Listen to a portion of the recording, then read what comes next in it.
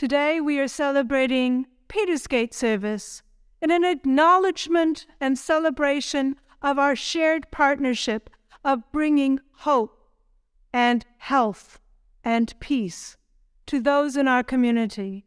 I'd like to welcome Gray and Michael from the Petersgate Counseling Center.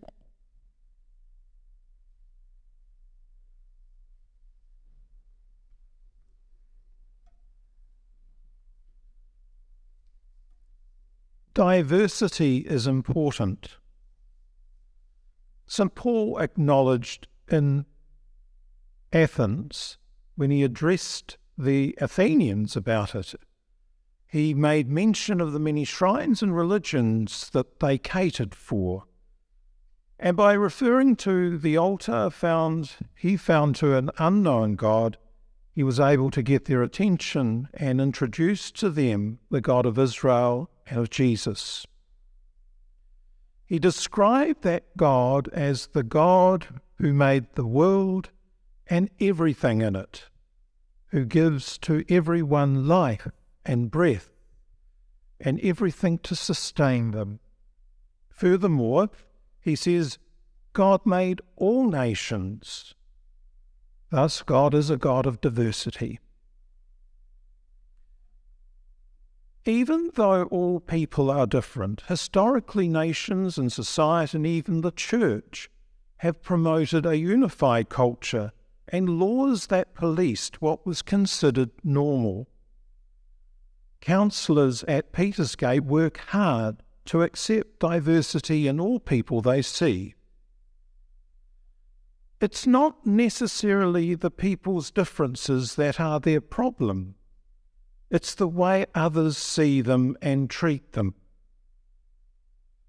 People who are different sometimes feel that others don't really see them for who they are, or they don't want to know them, and that's what hurts. People who are part of minorities in society don't necessarily have mental problems because of difference. They seek help because of the stress experienced as they try to fit into the expectations of what is considered normal. Some of the most obvious diversity around us is skin colour or ethnicity or religion or lack of it, languages, IQ, being male or female, right or left-handed, one's height, weight, body shape, or perceived beauty. All these differences, which are on a continuum, are all human and normal, but some are not as easily accepted by the majority, and some traits are preferred to others. Neurodiversity is a term that refers to people who process, experience, and interact with the world in different ways. Simply put, their brains are wired differently, and they have different neural pathways. Last century, we came to identify people with autism and attention deficit and hyperactivity as neurally diverse.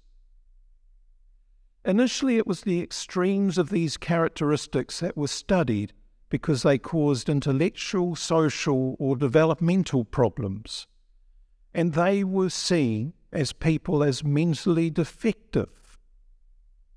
Nowadays, research is finding more and more people who are functioning and succeeding in life who have been diagnosed with autism and ADHD.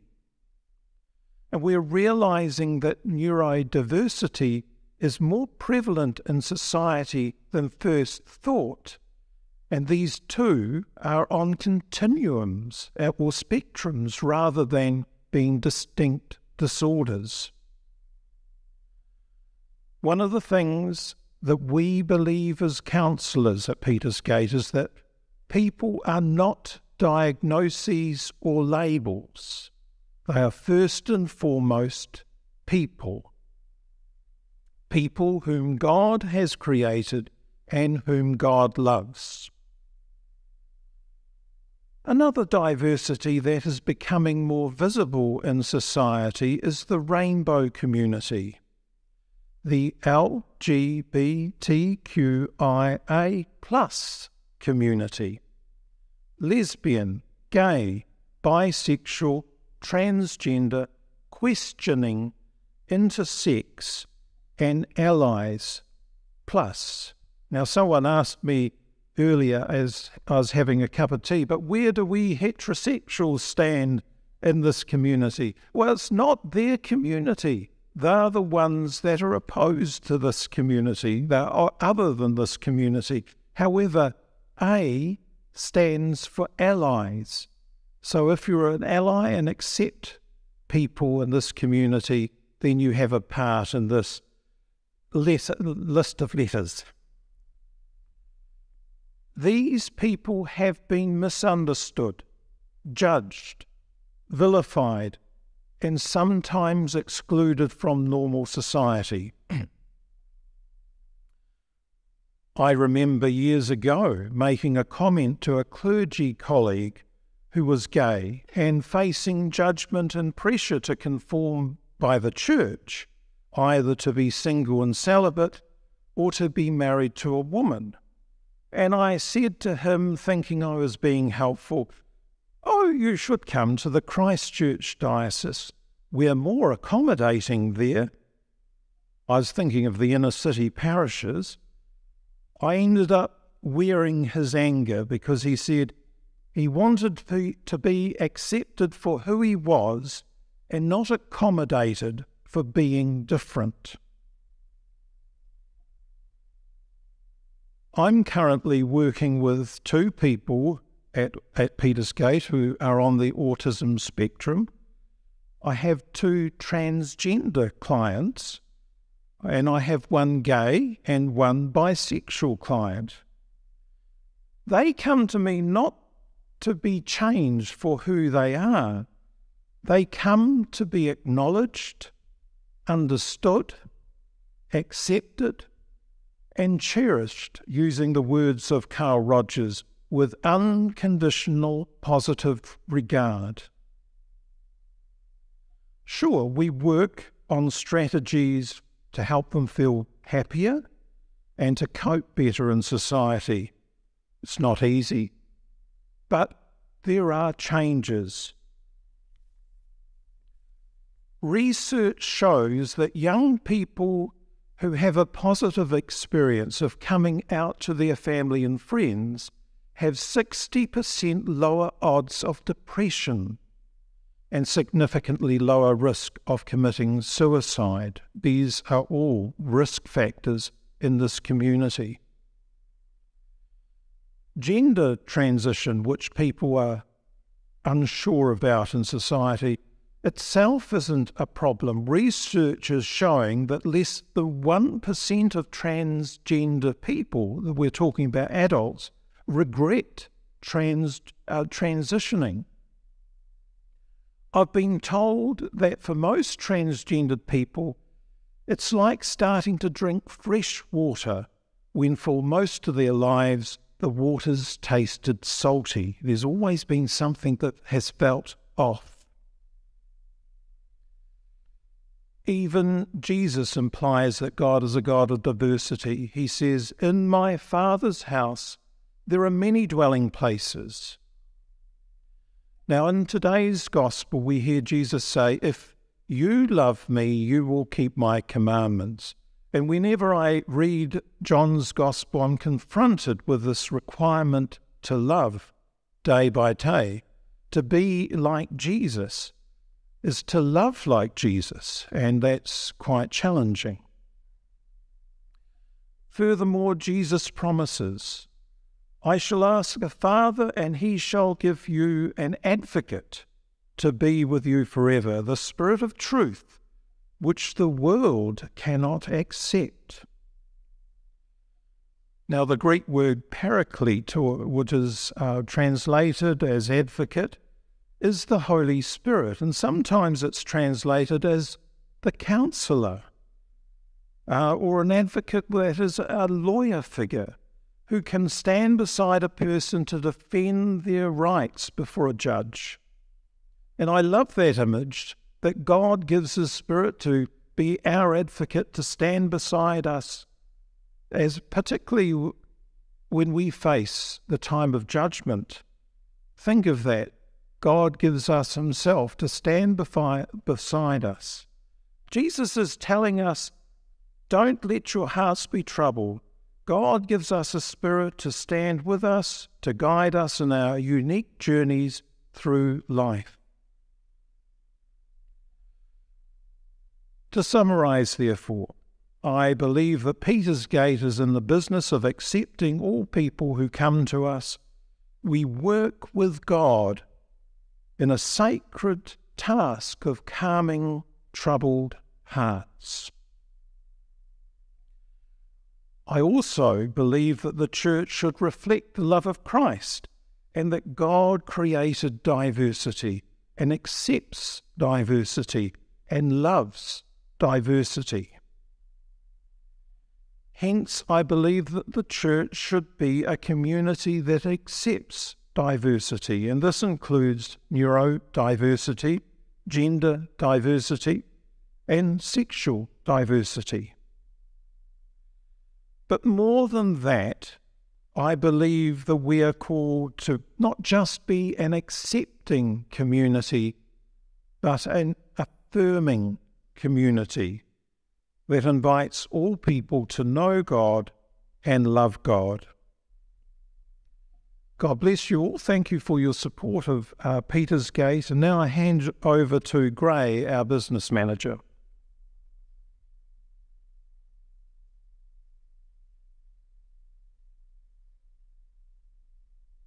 Mike. Good morning, everyone. Thank you very much for such a warm welcome this morning. As you've heard, my name is Gray Crawford and I'm the business manager at Petersgate. Mike has talked about Petersgate's Christian ethos as a charitable trust, providing professional, affordable counselling to everyone that presents for help, even the diverse. But I'm going to talk a wee bit about how we achieve that, the operational side of Petersgate. I also wanted to come here this morning to say a big thank you to you, the congregation of Petersgate, for your continued support of our counselling service. That is because the people who make up St. Peter's, the congregation, have been supporters, avid supporters of Petersgate since the very beginning when we first started, way back in 1996. We held an ecumenical service on the current site over there on 29 Yuldhurst Road, the west side of Church Corner, on Sunday the 14th of April 1996, and then saw our very first client the next day on Monday the 15th of April 96. St. Peter's has been supporting us from the start. The other churches involved were St. Barnabas, Christchurch West Methodist over the road, St. Mark's Presbyterian, and Our Ladies of Victory Catholic churches. Over the last 27 years, and from very humble beginnings, Petersgate has grown steadily to become one of the largest and busiest counselling centres in Christchurch. Its 26 professionally trained counsellors provided last year in 2022 6,300 counselling hours to 963 clients, 663 being brand new to our service. I did a very rough calculations on Friday and can tell you that since we started way back in 1996, we've carried out over 150,000 counselling hours and have helped approximately 25,000 clients in those 27 years that we've been in operation. Petersgate is open 56 hours a week from 9 o'clock in the morning till 9 at night on Monday to Thursdays and to 5 p.m. on Fridays. Our counsellors come from many different counselling modalities such as person-centred, solutions-focused, CBT, narrative, so we can cater for every individual need. We provide the clients with a safe environment where they can tell their story, have their emotions or their diversity validated, get access to reliable information, and be referred to other services if required. But even though we're a charitable trust, it still costs Peterscape $500,000 a year in operational costs. Most of that income, 65%, comes from client fees. Our client fee is based on the client's income, our minimum fee being $70 and our maximum being $150.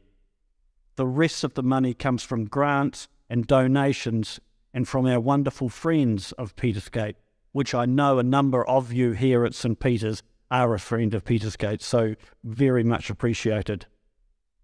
As a charitable trust, we only have a minimum amount of paid staff and therefore rely on volunteers to assist us on reception.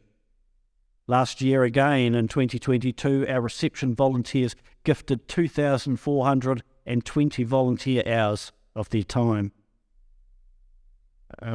Peterscape is not a free service, as you see. However, our Christian kaupapa is that we never turn anyone away because of their inability to pay.